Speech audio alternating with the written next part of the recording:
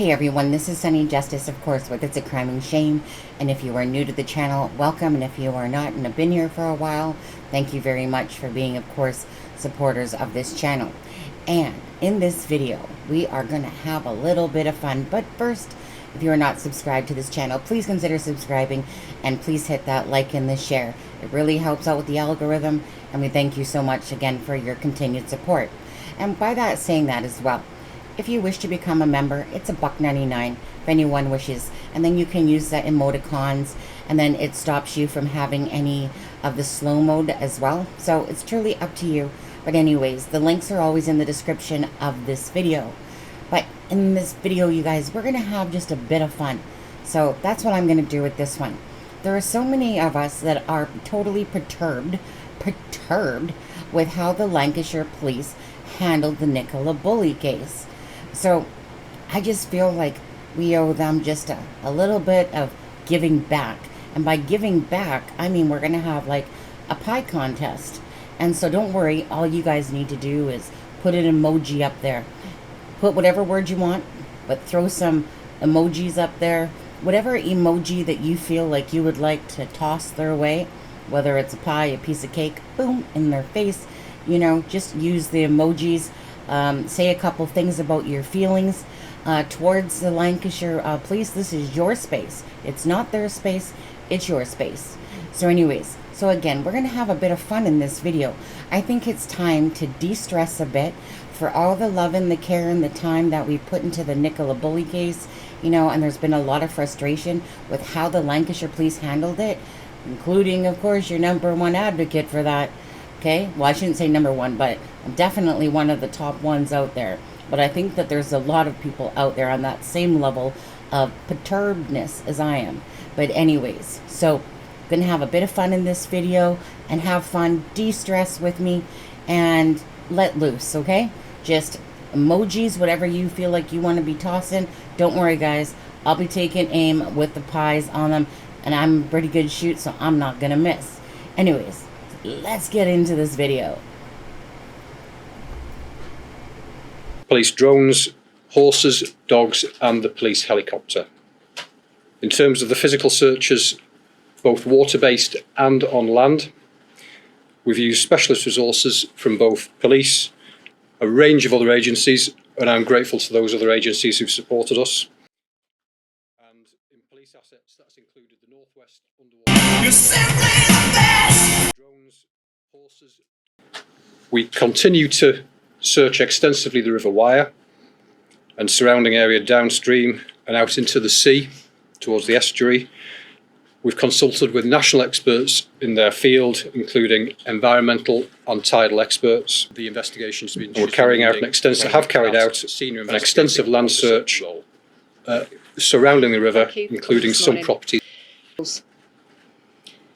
As soon as she was reported missing, following the information that was provided to the police by her partner Paul, and based on a number of specific vulnerabilities that we were made aware of, Nicola was graded as high risk.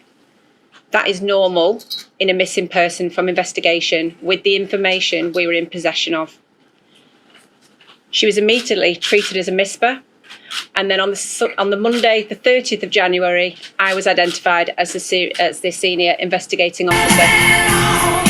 At that time, we reviewed all the information that had been gathered in the days prior to her being reported. And as any senior investigating officer does, you form a number of hypotheses. That is scenarios which are possible from the information to hand.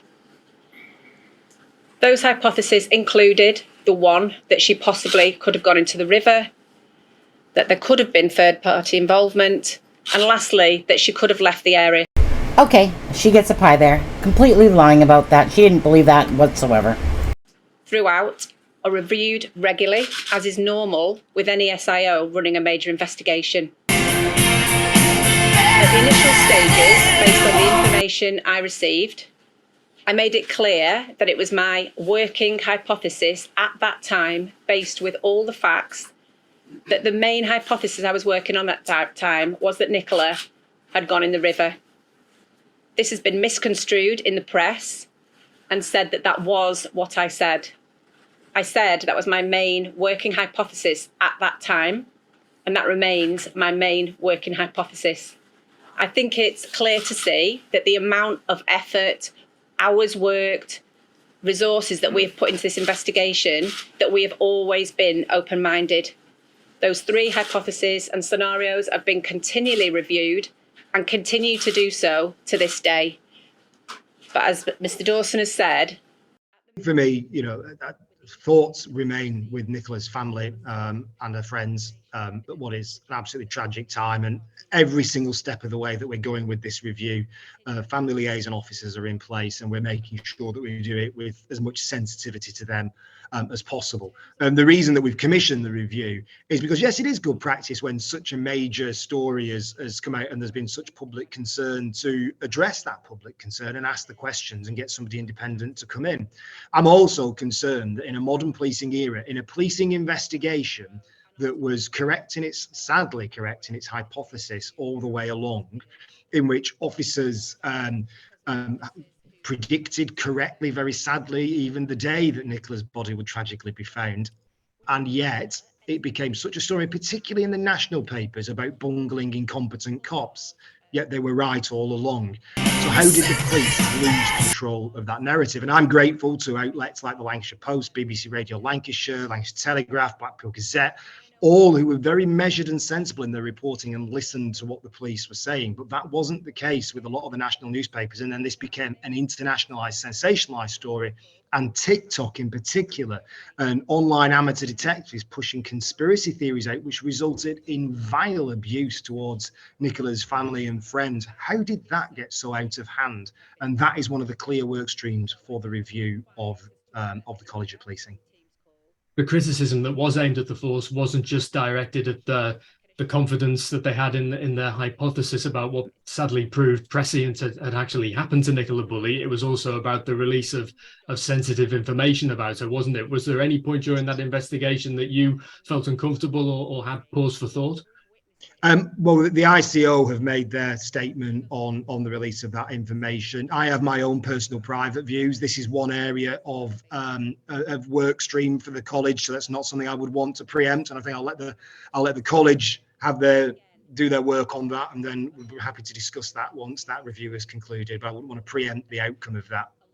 Which has really been able to help us in pin down both Nicola's movements and also the movements of key witnesses, which is why we were able to give a timeline of events quite quickly, but reiterating that we were remaining open-minded to all 3 of those scenarios. So Nicola was last seen in the field, which we've called the upper field, at about 9-10 members of the public for ringing into the inquiry.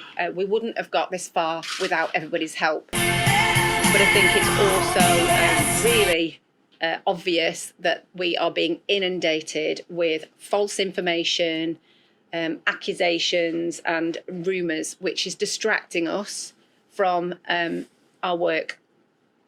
The red van has been reported that it was in the area on the morning of the 27th, like many other hundreds of cars that morning. We're really grateful for the witness who has told us about that, and we are continuing to make inquiries to try and track down that specific van. But from my perspective, being in possession of all the facts and information of this case, I do not believe that to be suspicious, but we are continuing to investigate that so that we can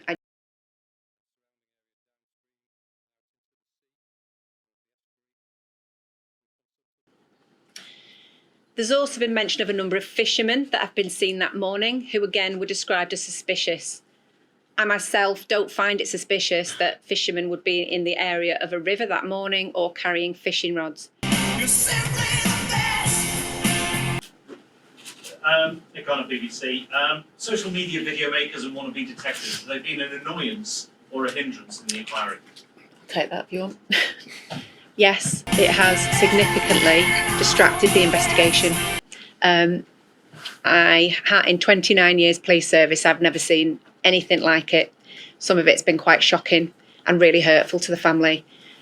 Obviously, we can't disregard anything, and we've reviewed everything that's come in, but of course it has distracted us significantly. But as long as we are prioritising, which we do constantly, on the information that's coming in, that will not distract us from the priority actions that we have been completing. Holly Burke, Daily Mirror. I'm just wondering, obviously you're talking about the evidence that you're working with and obviously your main hypothesis. Should you have cordoned off the bench and got forensics in so that you could be more certain that you can rule out things like foul play and be absolutely certain rather than just saying that, you know, it's a main hypothesis? Yeah, I understand why you would ask that. But at the end of the day, it was treated as a high risk missing from home immediately. And the officers that dealt with it in those days had the land searched immediately, which included the area around the bench. Is it not significant that Willow was running between the bench and the gate, not the bench and the water's edge? I mean, I don't expect to be an expert on dog behaviour. And I'm not either. But what do you make of that? What does anyone, what have you consulted on that? We have consulted people and we're ongoing with consulting people, but obviously I can't speak to the dog. And I want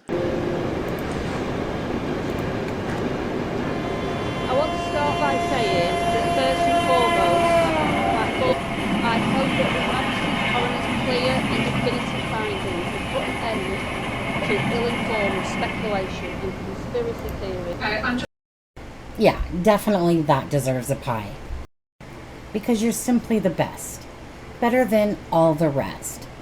Better than anyone else. Don't ever forget that. You're simply the best! Which I'm sure you won't.